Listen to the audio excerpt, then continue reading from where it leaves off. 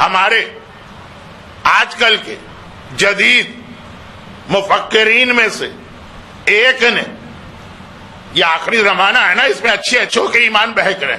صرف اس لیے صحیفہ کاملہ کا انکار کیا کہ بھائی یہ کتاب میں نہیں مانتا کہ چوتھے امام کی ہے۔ زبانی انکار کرنا اور ہے، باقاعدہ اس کے اوپر تحقیقی مقالہ لکھنا۔ تو اس کے اندر مرکزی دلیل میرے اس جملے کو بنایا، کہا میں مانتا ہی نہیں، یہ جھوٹی ہے کتاب، جھوٹی۔ چلو اگر وہ اس طرح کہتے کہ اس کی سندیں ثابت نہیں ہے، کس نے سنا، کون راوی ہے، کیسے پتہ چلے، تو چلے پھر بھی کچھ سمجھ میں بات آتی۔ انہوں نے صرف اس لیے کہا کہ اس کی اتنی لمبی لمبی دعائیں ہیں کہ آدمی اگر یہ دعائیں پڑھنے لگے تو دنیا اور آخرت کسی اور کام کے قابل ہی نہیں رہے گا۔ یہ ہو ہی نہیں سکتا کہ امام اپنی قوم کو اپاہج بنانا چاہیں یا امام اپنی قوم کو عیسائی راہب بنانا چاہیں، اس لیے ساری دعاؤں پہ گجراتی میں ایک لفظ ہے چوکڑی، کراس۔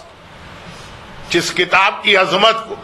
اس وقت ساری دنیا مان رہی، اور جامعۃ الازہر نے جب یہ کتاب پڑھی تو کیسا ہل کے رہ گئی جامعۃ الازہر اس کتاب کو اپنا ایک مومن، کہ لمبی لمبی دعائیں ہم کو بتائی گئی ہیں اور صحیفہ کاملہ میں بھی ہیں اور مختصر بھی۔ مدینے میں ایک آدمی اتنا غریب اتنا غریب اتنا غریب کہ وہ روزانہ رات کے اندھیرے میں اپنے گھر سے باہر نکلتا، اور اس محلے والوں نے، گلی والوں نے جہاں پہ کچرا پھینکا ہوتا، جو پاکستان وغیرہ میں، انڈیا میں یہ مناظر نظر آتے،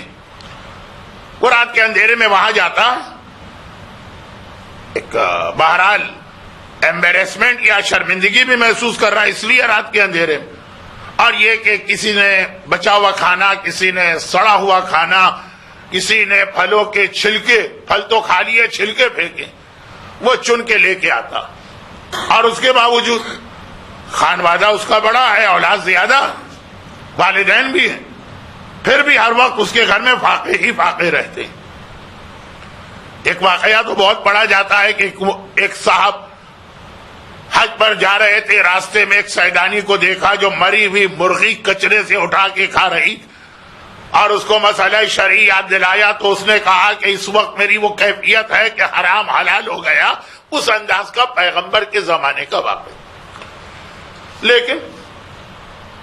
یہ مصیبت و پریشانی اپنی جگہ، امید اس نے نہیں چھوڑی، بار بار رسول کے پاس جا کے کہتا، جیسے ہر دفعہ کوئی بھی عالم، کوئی بھی خطیب، کوئی بھی ذاکر یا ہم جیسا طالب علم کسی بھی علاقے میں جائیں تو لوگوں کے مسئلے وہی ہوتے ہیں کہ مولانا یہ روزی کا اور صحت کا، پچھلی دفعہ بھی آپ آئے تھے اور دعا بتائی تھی اور کوئی فائدہ نہیں ہوا، آپ کوئی اور دعا بتائیے۔ تو پیغمبر کے پاس بار بار جاتا، اور پیغمبر فرماتے ہیں کہ اچھا ٹھہر جاؤ۔ دیکھتے ہی دیکھتے اس کی حالات پلٹے، اور اب حالت یہ ہو گئی کہ اس کے گھر میں اتنی دولت آ گئی کہ سارے محلے کو اپنی دولت تقسیم کرتا پھر رہا ہے، ہر ایک کی مدد کرتا پھر رہا، اور لوگوں کو حیرت ہو۔ آج تو ٹھیک ہے سوال کر لیتے ہیں، کوئی پرائز باؤنڈ کھل گیا، کوئی لاٹری نکل آئی، حلال و حرام کی بات نہیں کر رہا ہوں، عوامی جملہ بتا رہا ہوں۔ لیکن اس وقت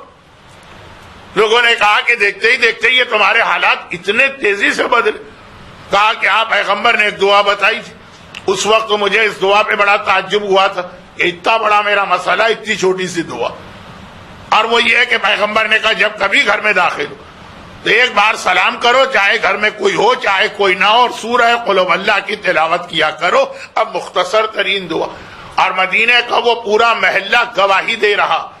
کیا ہم نے اس کو دیکھا کہ اس کے بچے اب سونے اور چاندی میں کھیل رہے ہیں۔ برحمتک یا ارحم الراحمین، وصلی اللہ علی محمد وآلہ الطاہرین۔